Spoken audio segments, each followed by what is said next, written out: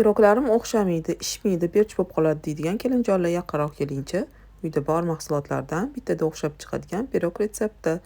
Tuxum oqini sarig'idan ajratib, sarig'ini chetga olib qo'yamiz. Oqiga shakar solib aralashtiramiz.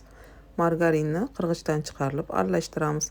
Qattiqqa chayni soda solib, massamizga qo'shamiz.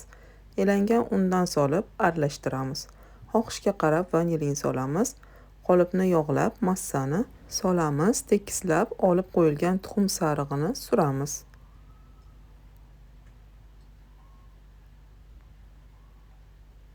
Xohishga qarab uyda bor yong'oqlardan sepamiz. Oldindan qizdirilgan duxovkada birinchi o'rta olovda, keyin past olovda pishirib olamiz.